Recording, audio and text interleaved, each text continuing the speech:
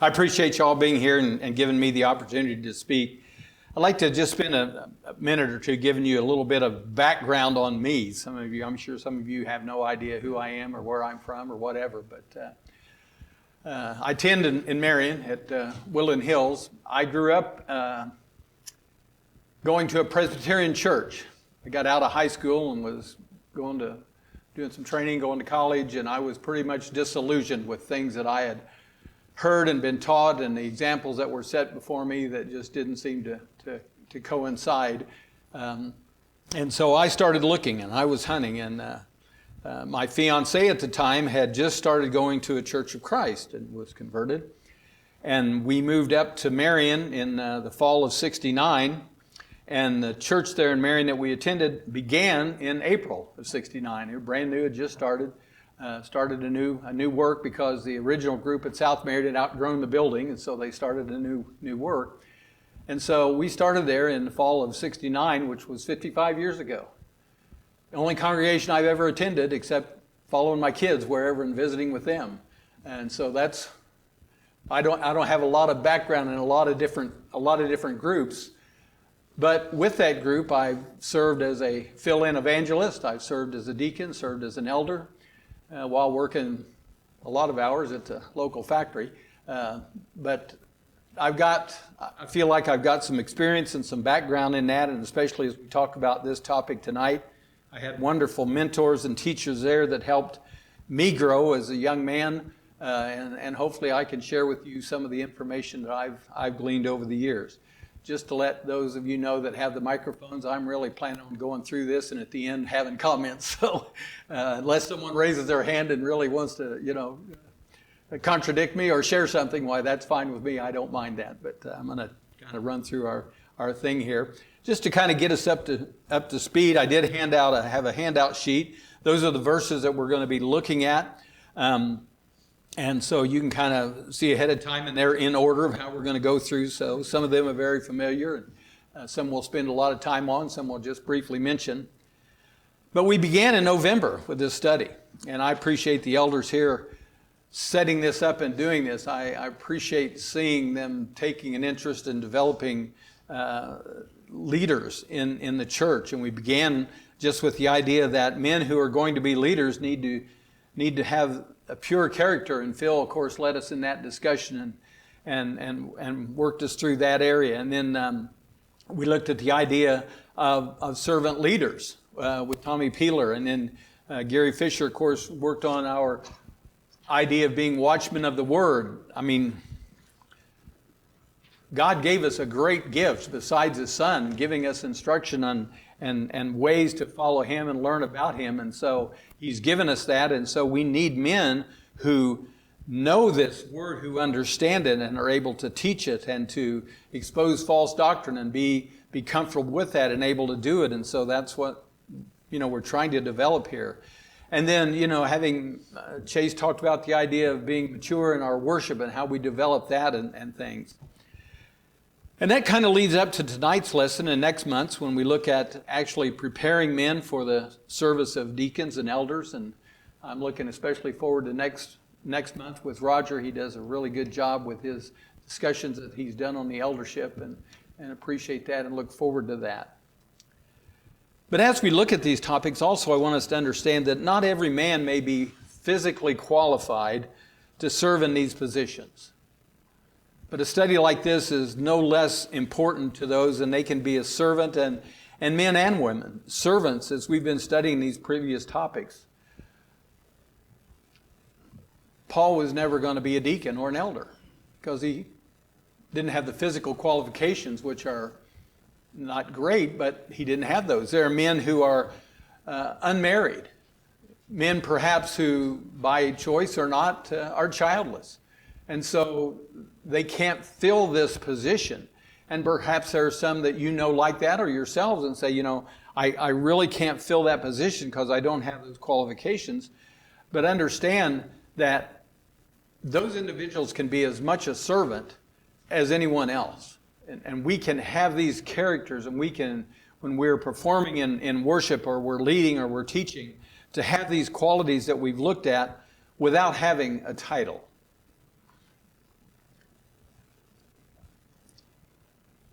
Paul would write to Timothy about the work of an evangelist. He'd talk about the work of the elder.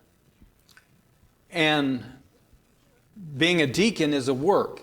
And if you're looking for a title or a position, you need to look elsewhere. Because you will be sadly disappointed and probably fail. It's work. I recently studied with a group out of state, and they were doing this and looking at elders, and we had just kind of a small group meeting of men who his name had been put forth for elders, and they were thinking about that, and several in the group had been elders in the past or presently were elders, and I, having been an elder, understood that, and one of the fellows whose name was up for consideration asked the question. He said, "How much time do you spend as an elder a week?" Vernon's smiling. The other fellows in the audience that were elders or had been, we all just kind of looked at each other, nodded, and smiled. It could be 3 or 4 hours a week. It can be 3 or 4 hours a day, every day. I mean, being in the position of leadership in a congregation, whether an elder, whether a deacon, whether even an evangelist at times, that's 24/7. It's like being a fireman. You just have to be ready because you don't know when something's going to happen. One of the fellows mentioned that he was on vacation out of state with his family when an issue came up in the congregation. He had to be back there for it, and they left. I mean, they canceled their vacation. They went home and took care of that because that's work he chose and that he was called to do, and he did those things. And a couple of fellows were like, "I don't know if I can do that." Well, it's nice to know that ahead of time, and in fact, teaching those lessons on that, some were like, "Sounds like you're trying to talk us out of this," you know. Well, it's kind of like if you're talking to a young couple that are thinking about being married, you don't just paint all the big rosy picture, you paint some of the things that, understand this is what it's going to be like. And so understand, being a deacon, you may get called in the middle of the night about something to help take care of a situation. And those are things that need to be taken care of, but we need to be aware of those things. I'd like to spend a little time talking about the expectations and responsibilities and rewards of that. The first passage I mentioned is in Philippians 1. And Paul's writing this letter back to the church at Philippi. It's probably been in existence, 10 or 12 years. Paul started that congregation on a missionary journey, and now he's incarcerated, or he's in a holding cell in Rome and writing to them. But he says, "To all the saints in Christ Jesus who are in Philippi, including the overseers and deacons." Paul lays out the diagram of what a congregation should look like. If you're in a congregation that doesn't have elders and deacons, then hopefully you're working towards that. That's where we need to be. For a very short time in Marion, I was fortunate to say that the whole time, the 55 years I've been there, we were without deacons for a very short, or without elders for a very short time, because we had 2 men and one passed away, and so we were without elders. And we went to a business meeting arrangement, which was a disaster. And sometimes it works very well. It depends on the people that are there and how that's going to work. But having had that leadership and then to lose it, it's like, you don't know what you have till you've lost it sometimes. And so this is what God's plan is for a church to have leadership in that. In 1 Timothy 3, we'll just read through this because this is probably the most information about deacons that there is. And so I want to spend some time just looking at this. And again, you're familiar with the passages, I'm sure. But beginning in verse 8, I'd like to just read through this down through 13 and then go back and pick up some points. But he says, "Deacons likewise must be men of dignity, not double-tongued or addicted to much wine or fond of sordid gain, holding to the mystery of the faith with clear conscience. These men must also be first tested, and then let them serve as deacons, if they are beyond reproach. Wives must likewise be dignified, not malicious gossips, but temperate, faithful in all things. Deacons must be husbands of only one wife and good managers of their children and their own households. For those who have served well as deacons obtain for themselves a high standing and great confidence in the faith that is in Christ Jesus. He gives us three very descriptive terms here of the qualifications. Got to be a man. I mean, we started off in the studies up to this, God has always designated men to be leaders in the spiritual aspects of things with his worship and his development and the congregations or his people. Need to be a man. Needs to be a husband. Needs to have children. Those are just qualifications that Paul lays out here and says these are things that they have to have. And so without a doubt, we understand that. And so like I mentioned before at the beginning, some men will not be qualified to be a deacon because they don't fill all of these by choice or by however that may have come about. They need to be men of dignity. They need to be tested. Probably the best testing ground for elders and deacons is the home. And that's why he mentions having a wife, having children. Just a show of hands, how many of you in here have more than one child? Are those children identical? Same personality, same quality, same? No, not at all. I know a couple that has identical twin boys, and those boys now are in their 30s, but those boys, as much as they look alike, they are not alike. They are different. Well, you decide to be a leader in a congregation, you're going to have how many? 20, 40, 100, 300 children, all with different personalities, all with different things. How do you motivate this person, which is completely different than this person? This person, you may make them mad. This person, you really build them up by the words you use or whatever. It's really important to know the people, to understand them. You may have a fella here who's been an elder for 20 years, and he moves to a new place. And he says, well, I was an elder for 20 years. And the church says, oh, we need elders here. We'll make you an elder. Well, that's going to be a bit of disservice to everybody because he doesn't know the people and the people don't know him. They haven't built that trust yet. And even with the deacon, building that trust with the people is something you need to do. And to do that, you don't need to just learn God's word and how to apply that. You need to know the people because they're all different. I remember hearing an interview with a fellow who was a very well-known professional basketball coach. And they asked him, they said, how do you go about, building this up like you do? And he said, my biggest job is to understand what these individual players can do and help them develop what they do naturally and to grow in that and develop their own parts and then work together as a team. That's what we're doing leading congregations. We are a unit. We are a body. We are a family. How does this work together? And so, learning how to work with those people, and understanding that testing, and we'll look at this a little bit later on too, comes from having raised children, having worked with a spouse and working together, making that relationship work. My wife and I, people looked at us would think, man, you two are so different. How does that work? Well, sometimes opposites attract, I guess. But we're very different in our attitudes and things that we do and how we work things. But as together we work very well. And same way with the congregation.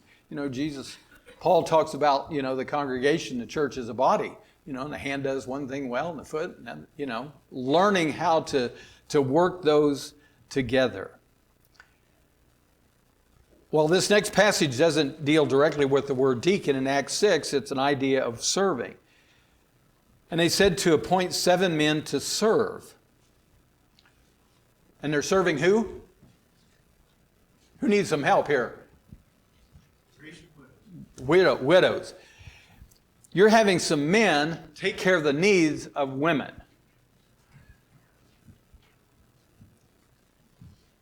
You're probably best, if you know them, you know their needs, you know what's going on to help them. And probably in most cases, I would suggest that, if you're a man and you're going to a woman's house to help her, that you take another man with you. Or perhaps take your wife. Or take your kids. Take someone else there with you to make sure everything is appropriate. But these men need to be honorable. And they're serving these women. How do they work with other women? The way men have conversations with men and women have conversations with women, those are completely different. I know I like to play golf, and I'll go out and I'll play golf with my buddies, and maybe we're out on a golf course for 2, 3, 4 hours, and I'll come home and Kathy would say, "What did you talk about?" And I say, "We didn't. We played golf." There wasn't an ongoing conversation here. And so understanding how to talk to different individuals and knowing different individuals in the congregation. In 1 Corinthians 4, the first 2 verses there, Paul talks about the fact that he has been entrusted with the gospel and to teach that. And he says that it's required of stewards that one be found trustworthy. If you have been selected, been asked by a congregation to be a deacon, can they trust you with whatever it may be that you're doing? You think about Jesus's parables. How many parables, and if you want to, you can write that down real quick, and at the end we'll have a test on it. I didn't write them down, so I don't remember. How many parables did Jesus teach about stewardship and a master-steward relationship, and the master leaving the steward entrusted with responsibilities or with things, with physical things to take care of, and then expects that to be taken care of in a trustworthy manner? Jesus taught on that many, many times, and here Paul talks about it. And if we're going to accept the position of a deacon, we're stewards of that congregation. Are we trustworthy? Again, we'll look at this a little bit later on. There's a lot of things that go into that do people trust you with that? In John 13, it's the Last Supper as we talk about it, and Jesus is teaching his disciples about stewardship by serving them, by washing their feet, by taking care of them. It's a top-down thing. He's teaching those who you would assume, because he has chosen them, he has called them to be his followers, that in most cases those followers would serve the leader. But Jesus is saying you need to understand that you need to learn to serve. I know a fellow who worked for a major retail corporation, and they had a couple of private jets, and then they would lease sometimes if their corporate group was going to be traveling across the country, and rather than flying commercial, they'd take their private jet and go. Whoever was the most senior person on that flight as part of the staff was the stewardess. They took care of the needs. If anybody else needed anything, they took care of it. And part of that idea from the corporate level was to teach them that you teach people how to serve from the top down. You show people that leaders serve. And you become better leaders that way, and you encourage people who are underneath you to want to be like that and to emulate that. And Jesus is doing the same thing here, teaching them how to do that. In Mark 10:45, this comes right after James and John's request, and they come to Jesus and say, "Jesus, we have a question for you, He says, "Okay, what is it?" And he said, "Well, we want to be first and second. We want to be on your right and left. We want to be in charge. When you're gone, we want to be in charge." They're already jockeying for position. You read the verses before that, the other disciples are not really pleased with that conversation, how it's going. And Jesus would tell them that. He said, I didn't come to be served.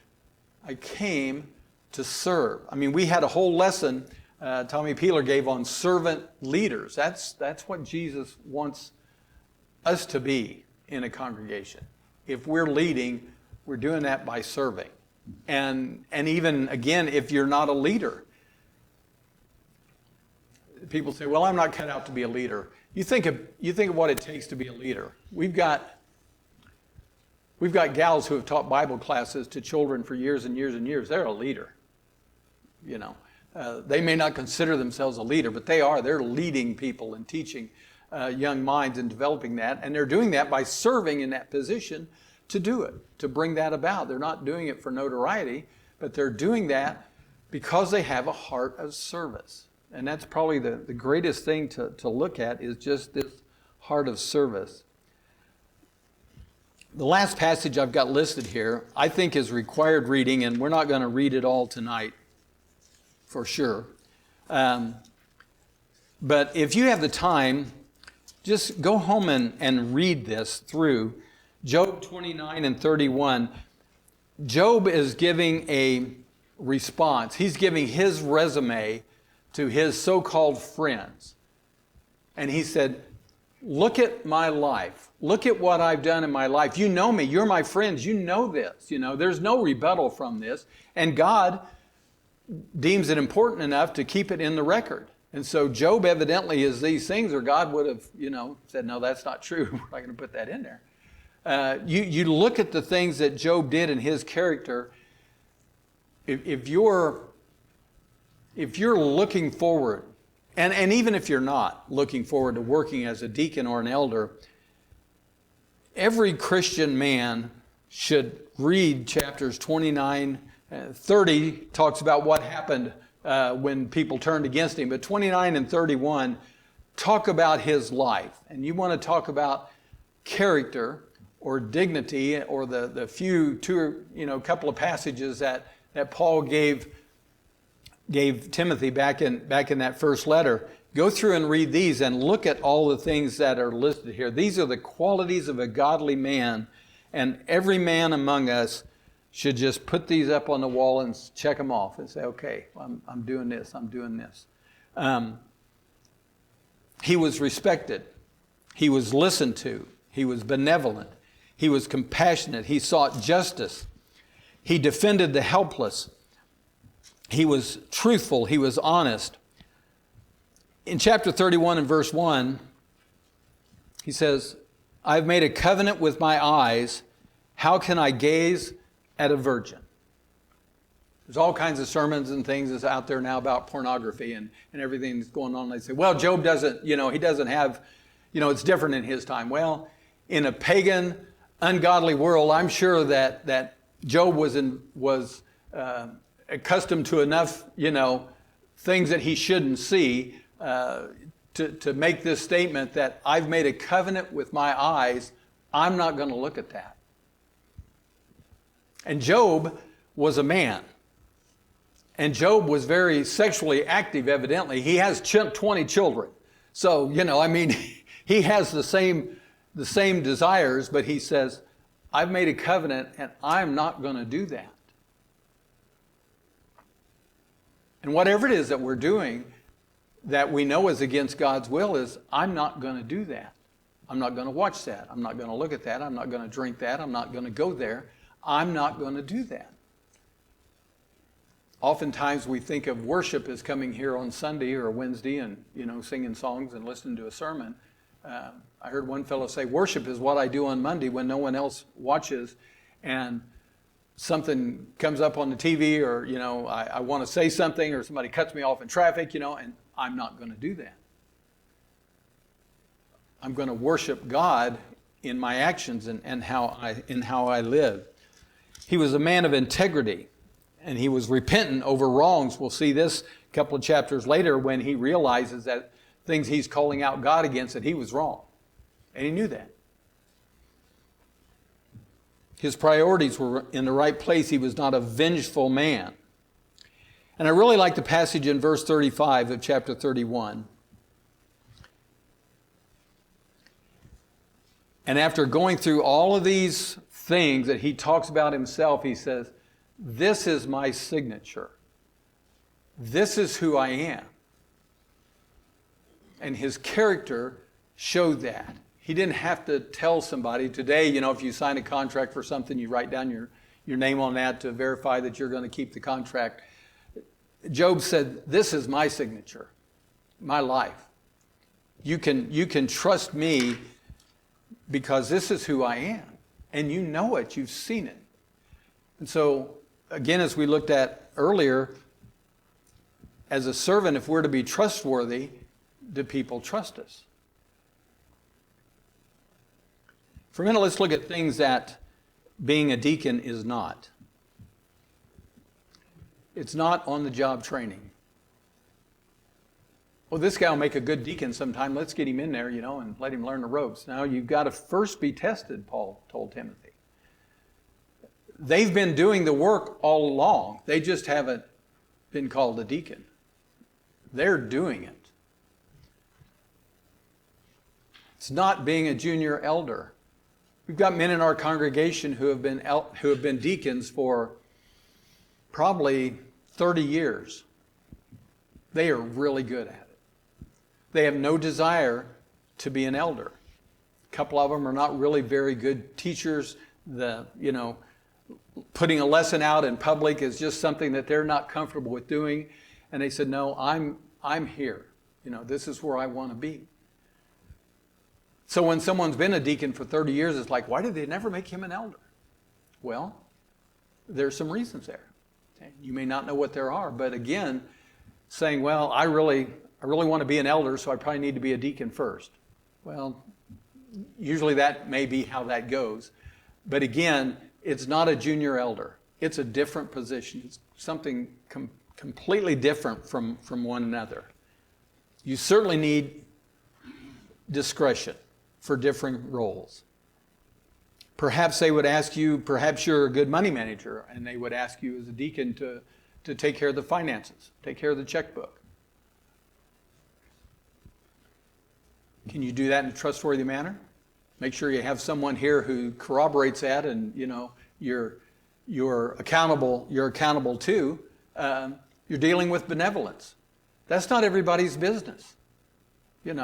Not everybody needs to know that, what's going on everywhere. There needs to be openness with the treasury and with the accountant and stuff like that.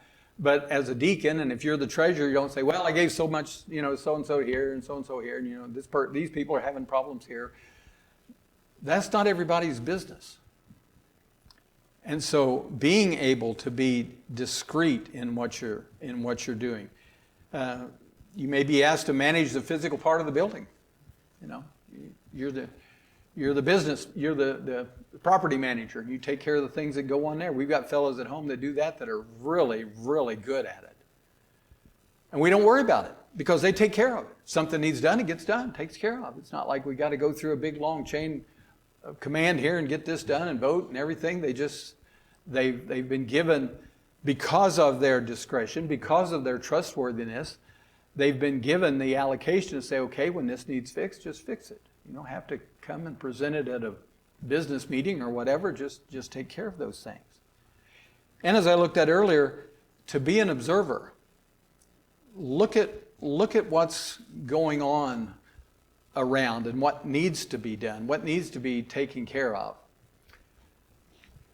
Like I say, I worked in a factory for 40 years, and we had a plant manager, and he was pretty particular on things being neat and orderly and where it ought to be, because things just run better when you take care of things. And there'd be a big deal about keeping the floors clean. And when you got a factory as big as this was, it takes a lot to keep it clean. Well, he would walk. He didn't just sit in his office. He's out walking through and talking to people and getting people's ideas and talking to people. And there was a coffee cup on the floor. He'd walk over and pick it up and throw it in the trash can. He wouldn't go get somebody and say, hey, whose job is this? What's that doing on the floor over there? He just took care of it. And he was a servant leader, and he cared about what he was taking care of and was observant of things that were out there and would notice people and take care of that. And you also need to learn to delegate. This young man that I talked about that was worked for this retail corporation, he was promoted to being a regional director. And he was talking to his boss one time about, how much he had worked in the past and, working overtime and, taking care of stuff, he'd worked up through being a store manager and a district manager and on and on. And his boss said, if you're working daily overtime or if you're working the weekend, you're not doing your job. You're a manager. You've got managers under you that are supposed to be doing those things and taking care of them. If you have to do them, then they're not doing their job and you haven't done your job and somebody's going to lose their job. Understand, you need to delegate work. You weren't hired to do all of that. You were hired to do this. So understand what you need to do and what you need to ask other people to help you do. Allowing other people at church to help. We had a fella who had retired, loved to mow the grass, and he was a great landscaper, lawn keeper. His yard was immaculate, it was beautiful. And he said, I'd like to take care of the lawn at the church building. I'll bring my own mower, or I'll use a mower here, or, I'll trim the bushes. The whole time he did that, that lawn was beautiful. There was no weeds. There was no shrubs overgrown. Nobody had to say, why isn't this done? Because he just took care of it. And the deacons realized that and said, let him take care of that and delegate that work. A deacon doesn't have to do everything. Some things you may not be good at and nobody wants you to do them because there's other people that can. We had a woman that probably for 20 years, she recently passed away, but we would send out a bulletin every week to members who were not at services, or to visitors who came, or to past members who had moved away and wanted one, or to anyone that asked for a bulletin. And she would take the bulletins, fold them up, put them in an envelope, address them, sometimes put a note in there, mail them all out. Did that every week. And I think probably for 15 or 20 years she did that. Some people probably never even knew that we did it, let alone that she did it. But her husband had passed away. She was childless. She wanted to serve. She wanted to do something. She couldn't. She wasn't capable of teaching. And there were things that she couldn't do physically because of her health and things about her. But she said, I can do this. And so she did that. And when she got to the point to where her eyesight was so bad she couldn't see to sign them, and her writing was probably the post office couldn't have delivered them if she did write it, she said, I can't do this anymore. And another younger woman took over that position, said, I can do that. There are people in the congregation that want to serve. And again, knowing who those are. We've got a fella at home that's a great electrician, great handyman, and, we need something done. We say, hey, can you handle this? Yeah, I can take care of that, and so he does. Again, a fellow who mowed the lawn, a gal who mailed out the letters. There are people that can do those things. We've got gals that are not comfortable teaching, but they can do a bulletin board, and they can print up materials, and they can get stuff ready, and they do that. And again, you've got to know who those people are, what their skills are, what they enjoy doing, and then put them to work. And sometimes as deacons, you're the manager. You're seeing that these things get taken care of. And again, you may not think that that's, a big deal. But when you go to people and ask them to help serve and they're excited to do that and you encourage them in that, they're growing. And they're glad to be a part, and they feel like I'm a part of this, and they feel like a part of that, and that they're helpful and not helpless.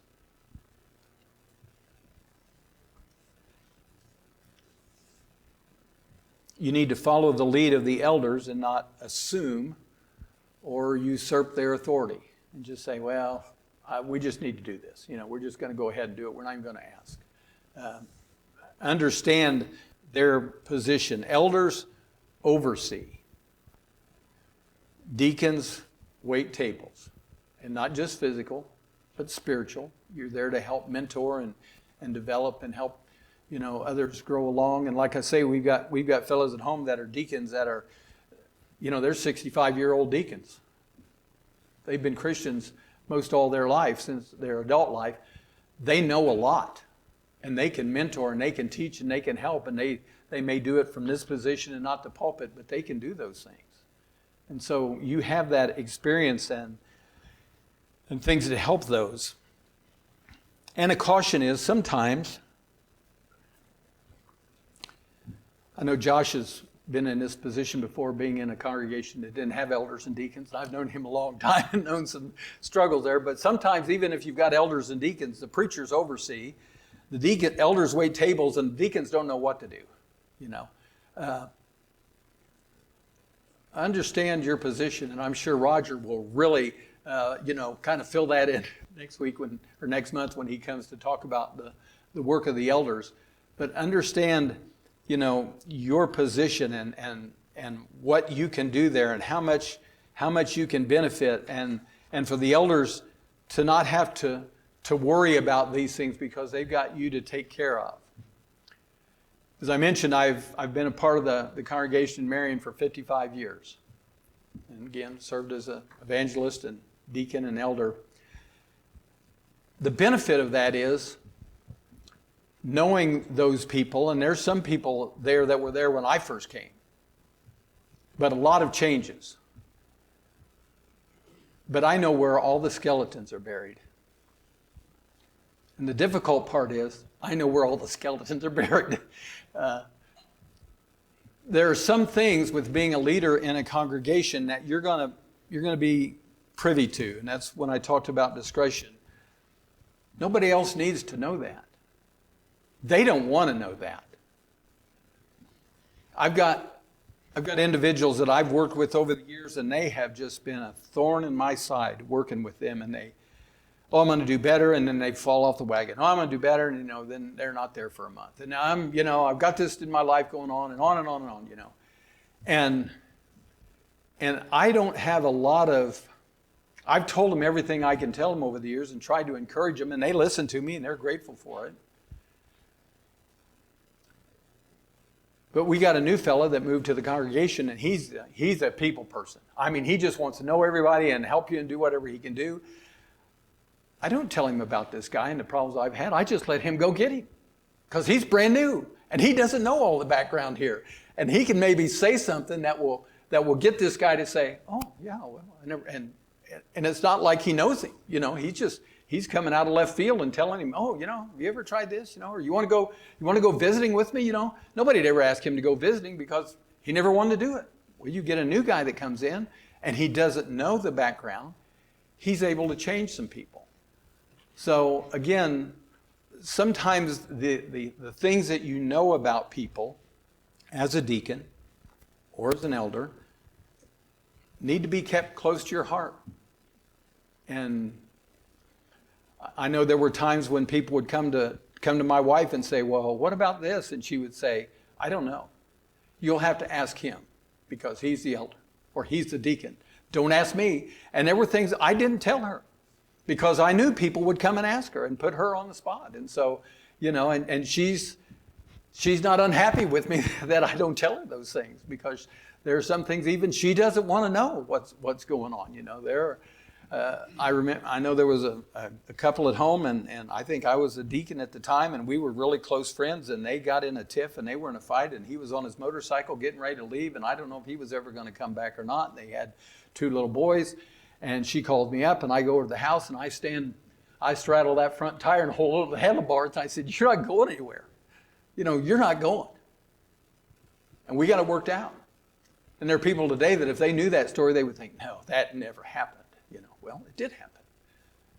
And so there are things as leaders that you're going to see, that you're going to be involved with, that you're going to get phone calls about, that you need to keep them close to your heart, and work through those things. And, of course, if you're a deacon and involves, something that's seriously spiritual, you go and you talk to the elders about it and things, and let them help you through that. Again, you don't have to do everything there is to do, but understand that it's work. And the passage in Timothy, when he finished that up, he said, "For those who have served well as deacons obtain for themselves a high standing and a great confidence in the faith that is in Christ Jesus." There's not going to be Deacon of the Year awards or, Hall of Fame of deacons, I'm sure, in heaven. But knowing that you've done that and that you're grateful for the opportunity to have served is the part. And to do that. I've used up all my notes. So, about quarter till. If you all have any comments or questions or things you'd like to ask me about, serving in situations, I may or may not be able to answer that, but I'll let you have a voice here.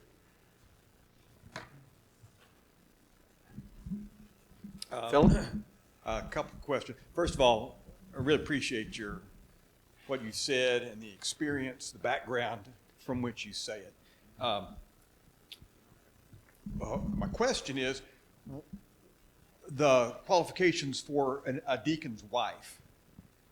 Do you have any thoughts as to why those qualifications are there and not for the elder, or do you imply that they do apply to the elders, though they are mentioned here specifically for the deacons? Do you have any thoughts on that unique feature of their qualifications? I think one thing all of us will understand, that a person who is a deacon or an elder is not doing that on their own.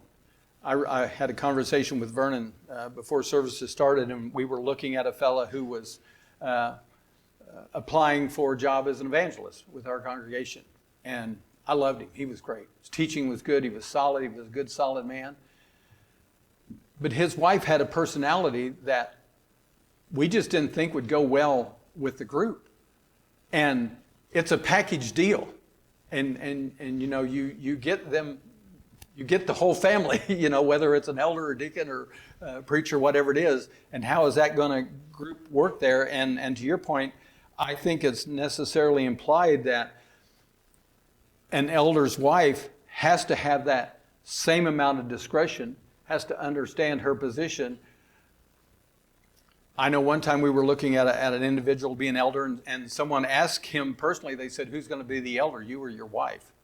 Because she was a very strong-willed person, and he was kind of the background in that relationship and stuff, and people had a real concern about that, and who's going to be the one making these decisions, and where's that going to go? And I think that wife,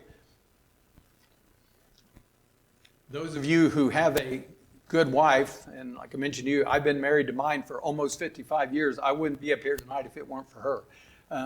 She has certainly helped me develop as a Christian, and a good wife will help a man who wants to be deacon. And if she doesn't want him to serve in that position, he shouldn't be serving, because it's going to be a conflict.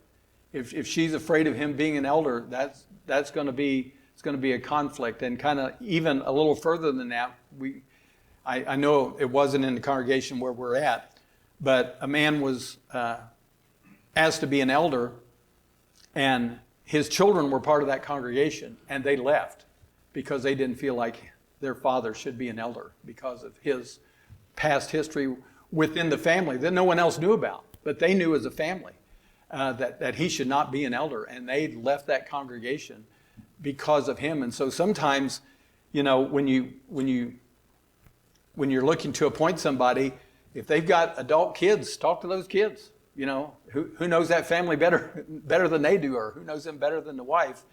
And what do the kids know about the mom? And certainly that has to be there. Chase?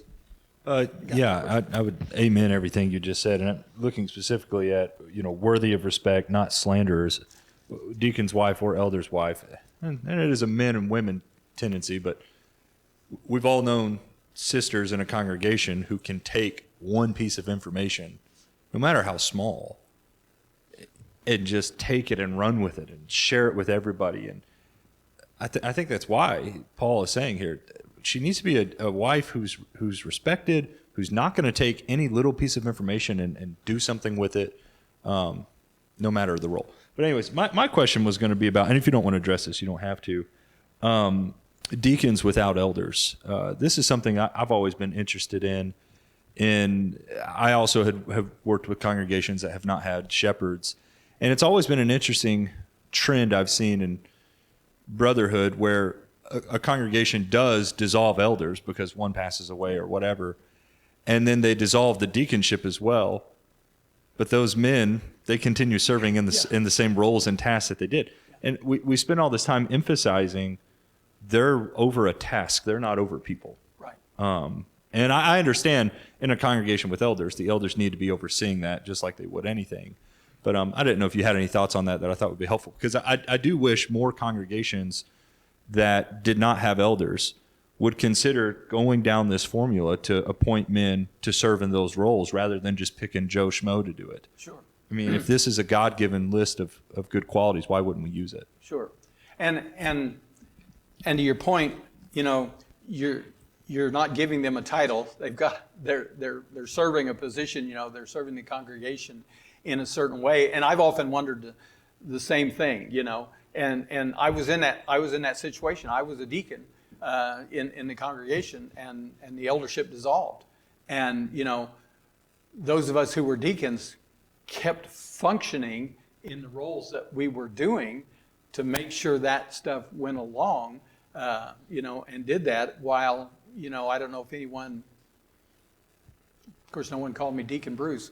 So, but I agree with that point of view that when you've got, and you're going to have times when you don't have elders, and that's one thing I didn't mention. If you don't have elders and deacons, don't say, well, we've got to have elders and deacons. It's just appoint somebody because they're breathing. If they don't have these qualifications, don't put them in there and do that. And so the same thing here. You've got maybe no elders, but to make things run smoothly, somebody's got to be the treasurer. Somebody's got to pay the bills. Somebody's got to do this and this and this. Get people that are trustworthy to do that. Yeah. That help? Thanks. I was going to say deacons don't serve the elders, they serve the church. Sure. There's no need for eldership to have deacons. Any group of people cannot go in mass to carry out a task. There has to be people appointed to do it. And whenever a church needs something done, the deacons take care of those tasks. I don't think the deacons, being apples and oranges from deacons, they don't have a relationship in that capacity. The church needs ministers, deacons, to do functions. And so I don't see I think I would agree that there's no need for elders in that matter. We had something here that's probably worth bringing up. If somebody's got another wife that put away for a good reason, that's probably something that disqualifies. I think that if she's dead, that might be a different thing. But a man of one woman is a quality.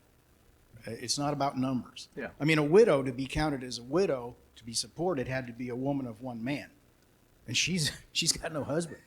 So we got to think about that. Sure. So we got to think about if a deacon's who should be married, his wife dies, is that disqualifying? Sure. Or an elder. We got to think about these things. Yeah. Another thing is about the gentleman over there brought up about the wives. That's a dubious passage to interpret. If you look at a lot of different translations and commentaries, it may not refer to their wives at all. There's no possessive pronoun. There's no definite article. It could be a reference to just women in another way. Yeah. So we don't want to. We want to just keep it open, even Sure. though we may agree on something. We got to look at what the variables are. Yeah. In deacons in Acts, whether or not they were deacons or not, I don't know. I don't know if they all had wives. I don't get the impression, Stephen did. Yeah. But they did not work with the widows. The complaint didn't come from the widows. The complaint came from the leaders of the Grecian women. Sure. The women didn't have any involvement. The Right. men came to the apostles, and the apostles said, we'll have these 7 men deal with you on the matter. So I don't think there's an example here of men involving with the oversight of women. Sure. That's Right. kind of a risky proposition, Right. without a doubt. But anyhow, I just thought, just wanted to lay out a few things to think about. Some good comments have been brought up, Yeah. And the only reason that, to me, when I look at 1 Timothy 3, is he sticks this verse in here about women or wives or whatever right in the middle of the deacons, and it's like, they are connected. And so, that's my take on that. And as Chase mentioned, when you look at other areas, and as you mentioned about widows, and it talks about younger widows being busybodies and being gossips and things like that. It just kind of gets brought up, and since we have no women here to kick back on that, because I know a lot of women that are not at all. They're very godly women. They're better than some men. Some men can be as gossipy as some gals, but not so much that way. And then, like you say in Acts 6, those men were not underneath the apostles as far as this position, and they were serving a need that needed to be taken care of. And at this point there are no elders and there are no deacons, and so kind of to your point, okay, who can take care of this, to make sure that the ones who need something have that taken care of. And so let's make sure that's taken care of. And you look at this. I'm sure there were a lot of growing pains with those early congregations on, getting information. They didn't have Philippians and Timothy, and they didn't have any of those to go through. And hopefully the Spirit is directing them in how they make everything come together. Yes, sir. Share with us your experience, your wisdom Uh-oh. of the process of recognizing, selecting deacons in the church. My experience in the church that I work with, without deacons and elders, it can be a really touchy situation. Yeah. About how people deal with it and everything. Yeah. Just share your wisdom of it. And this wasn't about a deacon so much, but it was about an elder. We had a fella who's kind of had his family put his name before to be an elder, and he'd wanted to be an elder. He'd been a deacon for several years. He was a good man, but he had some personality issues that would keep him from being an elder. And several people came to us as elders, the ones who were sitting elders, and said, I don't think I can work under him. I don't trust him. He was sometimes very kind of arrogant and cut things off, and just his attitude. And so we went to talk to him, and we said, there's been several people that have said that they really weren't comfortable with you being an elder, and we agree with that. Well, he'd kind of thrown some fits before, but he got mad and he said, well, if I can't be an elder, I guess I shouldn't be a deacon, so I just quit. Well, that kind of answered our question on him being an elder, took care of that. But we have had, there are times when, you have someone who really, I think, wants to be a deacon, or wants to be an elder, and, for the title of that, and that are not qualified. And again, that's the thing. Do you know these people well enough? Can you talk to them and, let them know that, we just don't, you're not ready for this yet. And sometimes it's going to cause some hard feelings and some difficult times, but you need to be honest with those. Vernon? I have a question about the difference between a person who does a task and a person who is a deacon. I mean, even within the women of the congregation, we assign tasks to people, Sure. and you describe some of those that they fulfill, and yet by the qualifications, we can't designate them as deacons. So what is the difference? again, you're going to have people doing things, and of course, and this is where some people, this whole section, this whole study started 5 months ago with the idea of male leadership within a congregation. Timothy tells us right here, deacons must be men. I know in our current society why, there's a lot of question about what a man is, but I think we understand what a man is. And so there are going to be times when women do things, and you look in the scriptures, you look at how many women, even past Jesus's life, that Paul mentions, that served, that taught, that did things, and they weren't assigned any particular thing. They just did those things. I mean, you read through the ends of a lot of the letters when he starts naming off people that they did this and this and this and this, and she had a church in her house and she did this and she served. And so we're going to have, hopefully, the church will always have servant leaders who have no title or no position, but yet they serve the congregation. Again, as you had mentioned, they're not serving the elders, they're serving the congregation. And they're doing that, and they're showing leadership in doing so. I mean, we don't, like say, give them a title of being a leader, but if you're fulfilling that role and doing things and serving, you are doing some leading in that situation. Yes, sir. And then Chase. Yeah, go back to the comment you made that I liked about, as deacons, to be responsible for these tasks. They may not do all these tasks themselves, as you mentioned. So I think that's kind of separates the role a little bit between the people who are involved in doing the tasks and somebody who's responsible for kind of watching over those tasks, because some of those things the elders have their responsibilities. So even if somebody's doing the task, you still need probably people who are overseeing, watching over those things and making sure that they're getting done, or just kind of, helping, giving them assistance or whatever we need to do. There's still a level of responsibility there, I believe, that in that case that we're talking about that the deacon fills. Sure. And kind of to go along with that, before just to comment on that, I worked in the factory I worked in, I was in a skilled trades group. It was very small. We had a supervisor when he first came there. He had been part of the same trade in another factory and came here, and where he was at before, the people really didn't know how to do the job. And so he's helping them do the jobs. Well, he comes here, and some of the guys took exception to that, said, I know how to do my job. You just tell me what you want done, and then stay out of my way, and I will do that. And he learned that and became a very good manager. He said, my job is to make sure you have all the tools and the things you need to complete your job, and I will run the interference on all the other stuff. And he learned that he was the manager of us, but he didn't do our job, and we didn't do his job. And like you say, there's a difference there between, and like a deacon, he's overseeing this. Maybe he's in charge of the interior of a building, making sure it's clean, making sure the lights are, everything works. And he may not be able to do all that or fix them, but he assigns someone to that task and makes sure that those are done. And so there is a difference there between someone, given an assignment and given, that position of doing that. So, Chase?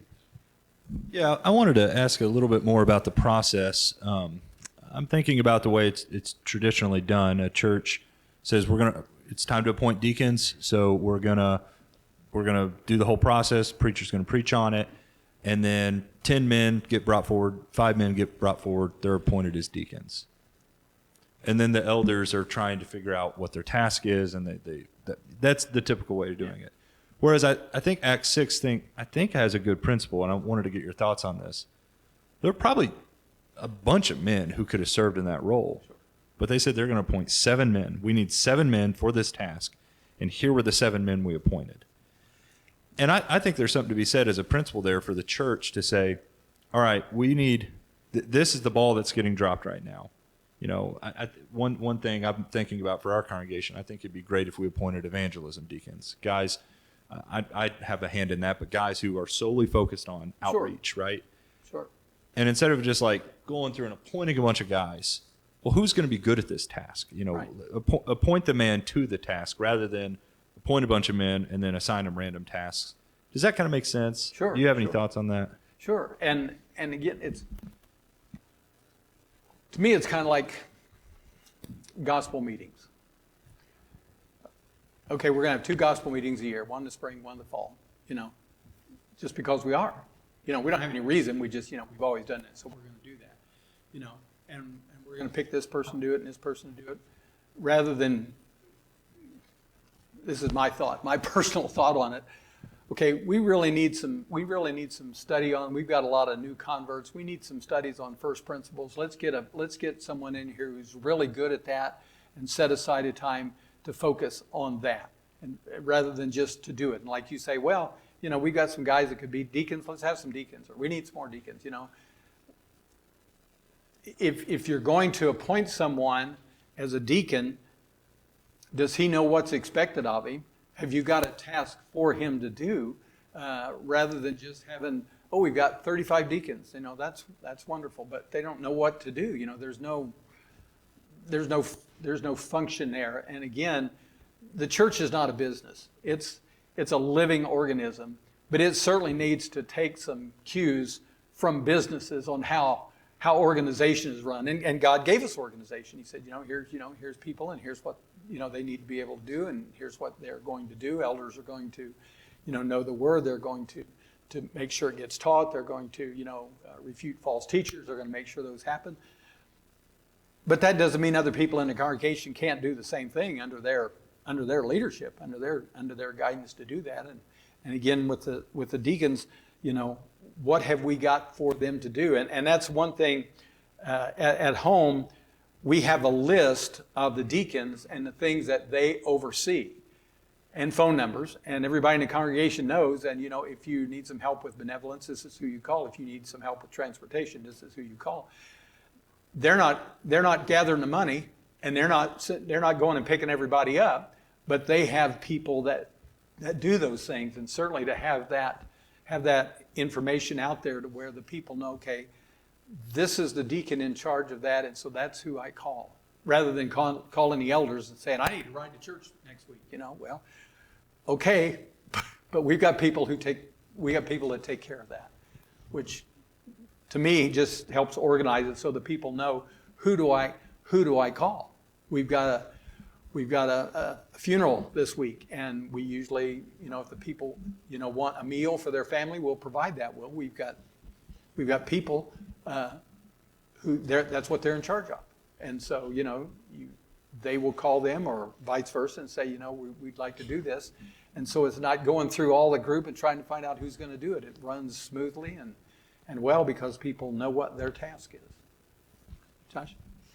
Yeah, I appreciate those comments. Along the lines with Chase, and along the lines with something you said earlier, being a deacon is not a title. Being a deacon's a work. And I think sometimes we appoint a deacon and we give him the title, and then we'll figure out the work. In Acts 6, it was, hey, we have a work. Yeah. And we need a person or persons to do it. And so the deacons, sometimes it might be smarter to appoint deacons who are fitted for that specific Sure. work we have in mind as well, in that order, as you look at the Acts 6 principle. Yeah. Yeah, and I agree. Like I say with the gospel meeting, well, let's have a meeting. Well, what do we need to talk about? Well, we'll just hire someone and say, hey, come and bring your best sermons. And those may be great, and they may be really edifying and stuff. But sometimes too, we need to study on this right here. We've got maybe in the town where you're living, there's an issue going on with, women serving as preachers, or you need some teaching on certain things. The whole lesson doesn't have to be like that, the whole series, but certainly making sure that we're looking at those points. Vernon? And yet we can't make that an ironclad pattern. Sure. Because sometimes you have the men who are qualified to be deacons are already appointed, and a task comes up. Right. We don't have another one to select. So Yeah. That can't have to be the order. Right. Yeah. There's you certainly got to look, and again, I've got children spread out over 4 states, grandchildren, and they really keep close touch with us, and we know things that are going on there and going on with their congregation, and things have been said about this congregation or this preacher or this, and it gets over here and over here and over here. Every congregation is different, and the things you're doing here may not work at all for us in Marion. This preacher here that we would think, man, he just wouldn't be a good fit for us. He's perfect for you. We're all different. I've got a wife. I don't want another one. I don't have the time to break in a new one. Or maybe I should turn that around the other way. And that's what I've tried to tell even women before. You're in submission to your husband. You're not in submission to every man. If it's an elder, or if it's in a spiritual situation like that, and there's some submission there. But my wife don't have to submit to some guy out here, some Joe Blow, just because he says I'm a man and you're a woman, you got to do what I say. We understand where that authority goes and how it fits each group, and so what fits here may not fit someplace else, and how we set those up. And again, just knowing the dynamics of this family helps you make those decisions and how we can accomplish those tasks that need to be done. And we're serving God. All of us, we may say we're under the oversight of the elders. Well, we're under the oversight of Jesus. I'm working for him. He's our master. It's 10 after. I don't have to be anywhere, so if you guys want to, if Vernon wants to, or whoever the elders want to call it quits here and us meet out in the lobby, we can do that, or we can just keep talking. So go ahead, sir. Can you give your opinions as serving as a deacon and an elder? How involved should the elders be in the work of the deacons? When do the elders let go and let the deacons do their job? Hopefully when they're doing them. And I know the one thing at home that we've always done is had regularly scheduled officers meeting, so everybody knows what's going on and who needs some help here, or things that are happening. But as I mentioned before, with the individual who is a regional director, at some point you have to say, okay, these people are under me. I trust them to do their work, and so. Those of you who have served as elders know that there's plenty of work for you to do without having to worry about who's going to clean the carpets and who's going to change the lights and stuff like this. That work is at a different level and a whole lot deeper to deal with. And so hopefully, as men are appointed, as I mentioned here earlier, that you follow the lead of the elders. You don't assume or you usurp their authority, and you put men in who are willing to realize this is my position as a deacon, and I take direction from here. And I know years ago we just set up a thing to where, and that probably changes due to inflation, but if there was a task that needed to be done and it was going to cost to buy some equipment or whatever, the deacons had like a $500 or $1,000 allowance to where they didn't have to ask, just go get it and do it, and take care of that. That money was earmarked, and so they could just do those things. And while the elders, are overseeing things, they still can give that leeway. We happen to have. We've never had an elder in Marion who was the treasurer, because we've got guys that are really good at doing that, and we don't, and the elders don't have to worry about that. You appoint someone who's trustworthy to take care of the money, and then you say, okay, Mr. Treasurer, we're going to set this much for the deacons, and then the deacons report to the treasurer and say we need this, and it gets taken care of, and it doesn't have to go through a big chain, and the elders don't have to be concerned about that when they're worried about so-and-so over here whose marriage is about to fall apart and they're working with. So I don't know where I went with that going around, but hopefully that helped. Vernon. I think maybe your answer you gave earlier fits that question really well too, about the personality of the congregation. Somebody came through here and taught that deacons really ought to hold their own meetings and do their own thing, and we should be more hands-off. So we have experimented with that, and Dennis and I just recently decided we'd gone too far because we felt a real disconnect from what was going on. So we haven't gone back all the way, but there has to be some connection there, and probably that's just an individual congregation is going to have to work that out. Sure. I can't see any instructions for it in the Yeah, scripture. yeah. And again, the deacons should be able to get together and talk and say, hey, we got these things going, the elders don't have to be bothered with that, and you're not usurping their authority or going against them, or, you're within the guidelines of what they want to see done, but you can take care of some of those things, and our deacons have done that. They've just, they've taken care of it, We're having an upcoming gospel meeting, and they say, okay, we need to make sure these things are done physically to the building, and get people, for meals and housing and stuff like that. And you guys take care of that, And so they take care of that. And there's a connect there, but there's also, okay, you've got some guidance here. We're not going to micromanage how you do all of this. You take care of it, but you still certainly as an elder kind of want to have a hand and at least, some feedback, knowing what's going on to, to help wherever that may need to be. So when it's working well, it's a great thing to see. And sometimes when things get off the rails, it takes a little while to get back. But I certainly think that we can see God's wisdom in how he set things up. And a lot of times God says, okay, I've created you a world. There's all kinds of things out here for you to find and use. So, take care of what I've given you and take care of one another, and, go find all that stuff. Go find those minerals and, figure out how to do all this stuff and do that. And sometimes we do a good job with it. And sometimes we're probably an embarrassment to God with how we handle some of the things he's given us, including running a congregation. I think it's interesting, and this is just a side note, he doesn't say anything in Philippians about say hello to the evangelist, just the elders and deacons. And evidently those are key parts in the player, and evangelists may be, more fluid in that and coming and going. And I'm sure with Paul, you see him doing that. So,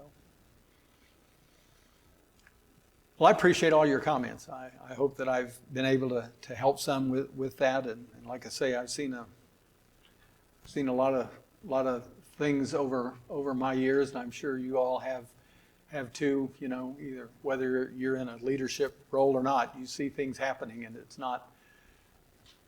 If you're part of a group, you see the things going on, and hopefully you can be a part of that makes it work well.